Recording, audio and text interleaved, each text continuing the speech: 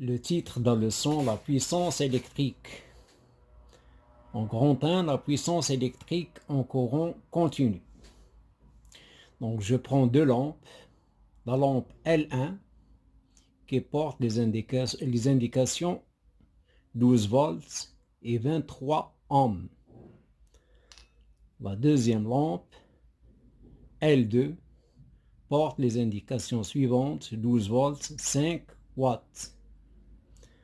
Donc maintenant on va alimenter ces deux lampes par leur tension indiquée par le, le fabricant. Donc je règle le générateur sur 12 volts et je branche la première lampe. Donc voilà l'éclairage de la première lampe. Donc, même chose pour la deuxième lampe. Donc j'observe que la lampe L1 éclaire plus fortement que la lampe L2.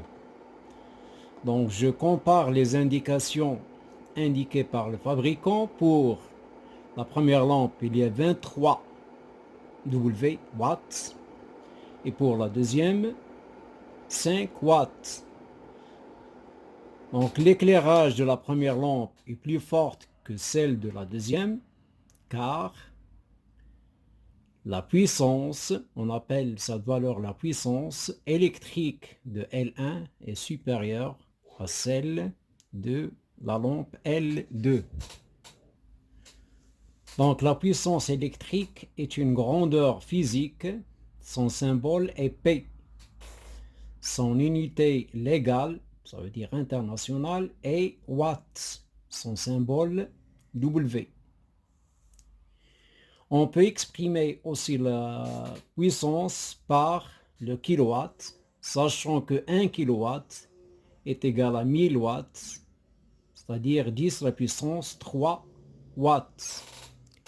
Ou bien par le mégawatt, sachant que 1 mégawatt est égal à 1 million watts, c'est-à-dire 10 à la puissance 6 watts. Gigawatt, 1 gigawatt est égal à 1 milliard watts, c'est-à-dire 10 à la puissance 9 watts. On peut l'exprimer aussi par le milliwatt, qui est un sous-multiple de watts. 1 milliwatt est égal à 0,01 watts, est égal à 10 à la puissance moins 3 watts. Maintenant, on passe aux caractéristiques nominales.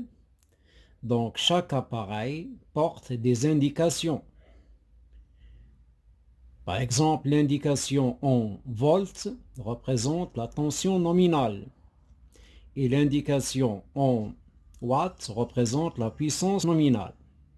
Maintenant, quelle est la définition d'une tension nominale? Donc, la tension nominale d'un appareil, c'est la tension électrique qui permet une utilisation normale de l'appareil. La puissance nominale, c'est la puissance électrique fournie à un appareil électrique lorsqu'il est soumis à sa tension nominale. Donc, si la puissance électrique fournie à un appareil est inférieure à sa puissance nominale, bien sûr, son efficacité est inférieure à celle prévue.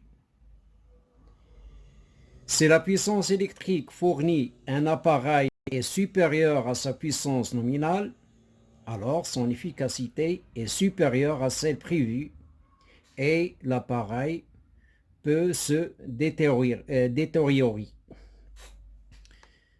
C'est-à-dire, il sera grillé. Maintenant, quelle est l'importance de ces caractéristiques nominales? Donc, pour la tension nominale d'un appareil, il nous permet de savoir si cet appareil est adaptable à la tension de secteur, ça veut dire de la maison, qu'il alimente. Pour la puissance nominale, il nous permet de savoir l'importance de l'effet de l'appareil.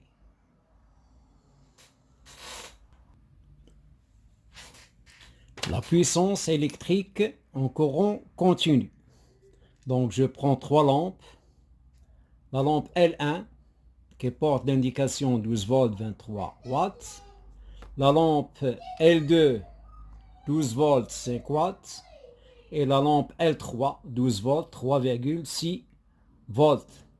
Donc on va brancher ces trois lampes successivement dans un circuit électrique comprenant un générateur qui est réglé sur 12 volts, un ampèremètre qui est monté en série pour déterminer l'intensité du courant électrique et un voltmètre qui est branché en dérivation pour mesurer la tension en borne de la lampe.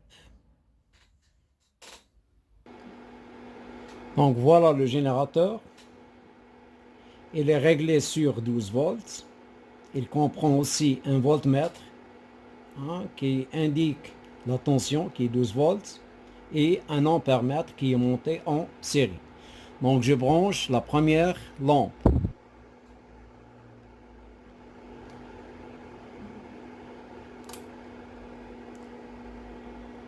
Donc là, l'intensité c'est à peu près 1,78. Je passe à la deuxième lampe. L'intensité indiquée, c'est 0,41 ampères. Pour la lampe L3, l'intensité indiquée par l'ampèremètre, c'est à peu près 0,3.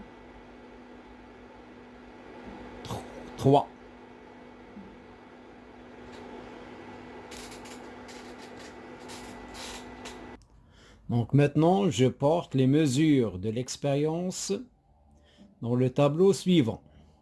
Donc pour les lampes, on a L1, 12 volts, 23 watts, L2, 12 volts, 5 watts, L3, 12 volts, 3,6 watts. Donc pour la tension, ils ont la même tension nominale qui est 12 volts. L'intensité qui traverse L1, c'est 1,77 ampères, qui traverse L2, 0,42 ampères, et l'intensité du courant qui traverse L3, c'est 0,3 ampères. Maintenant, je calcule le produit U fois I.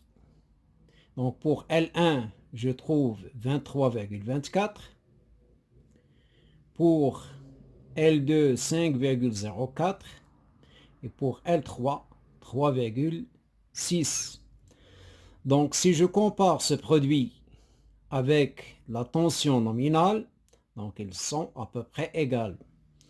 Donc 23 watts, ici 23,24 watts. Pour L2, 5 watts, 5,04 watts. Et pour L3, 3,6 watts. Et le produit, c'est 3,6 watts aussi. Donc, d'après le tableau de mesure, on constate que P est égal au produit U fois I. P, bien sûr, c'est la puissance consommée par un appareil électrique. U, c'est la tension aux bornes de cet appareil en volts.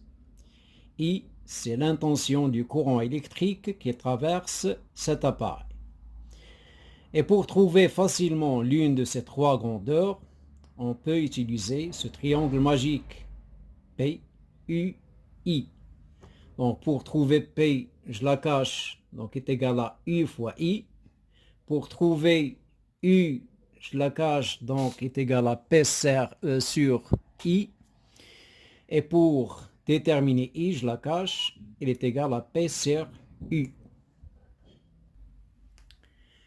La puissance électrique en courant alternatif.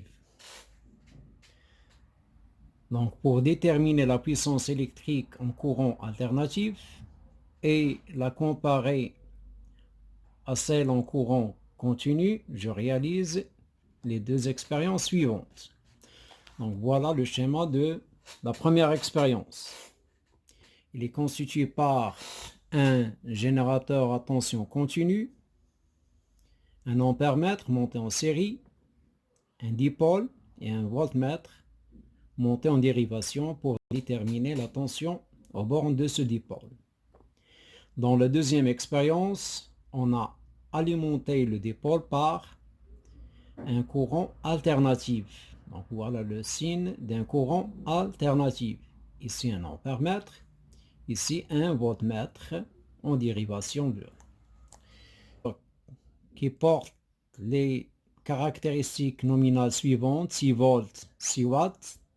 On a trouvé 6 volts pour l'intensité du courant 1 ampère. 6 fois 1 est égal à 6 watts. Ça veut dire que le produit U fois I est égal à P. P indiqué sur l'appareil. Pour une lampe, donc les caractéristiques, la tension nominale 6 volts, la puissance nominale 15 watts. La tension mesurée c'est 6 volts et l'intensité du courant électrique 2,5. Donc le produit c'est 15 watts.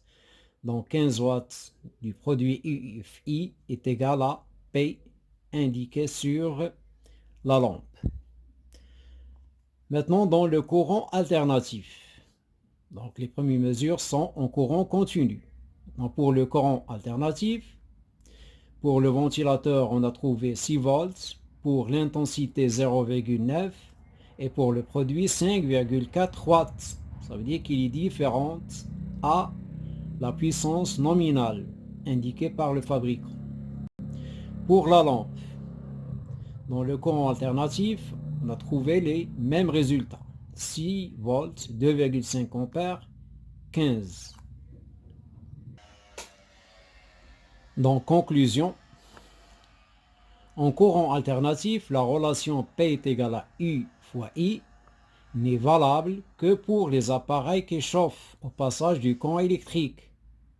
Ça veut dire que cette relation, on ne peut l'appliquer que pour les appareils qui transforment l'énergie électrique en énergie calorifique, comme la lampe, comme le four électrique et comme par exemple le fer à repasser.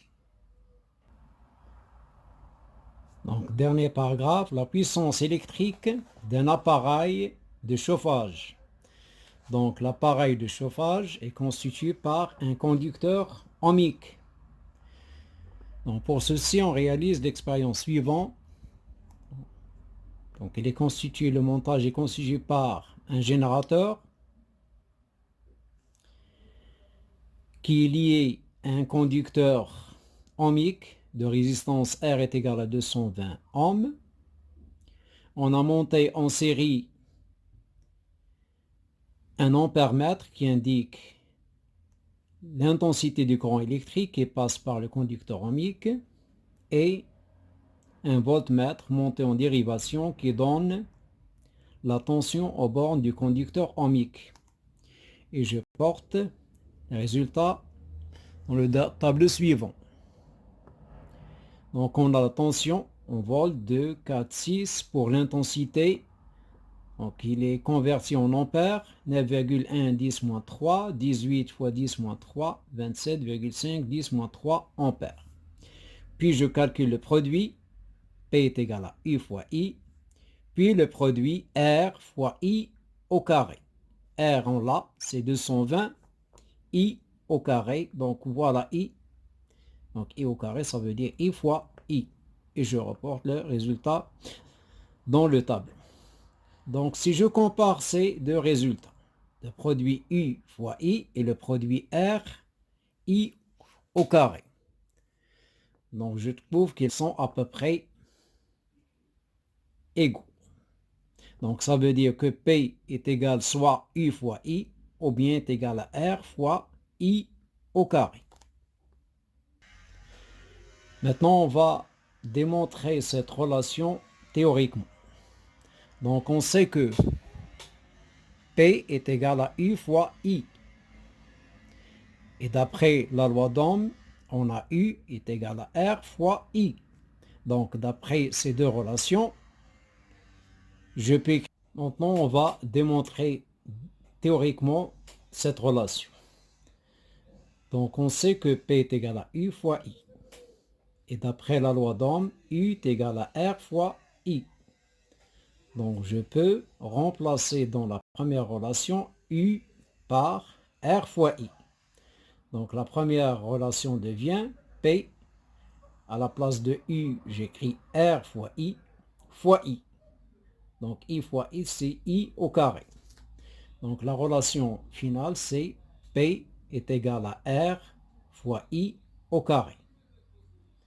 P, c'est la puissance électrique consommée par un appareil. Son unité watts. R, c'est la résistance d'un conducteur ohmique d'un appareil de chauffage. Son unité, c'est ohm. Et l'intensité du courant électrique I, puisqu'il est au carré, et bien l'unité aussi ampère au carré.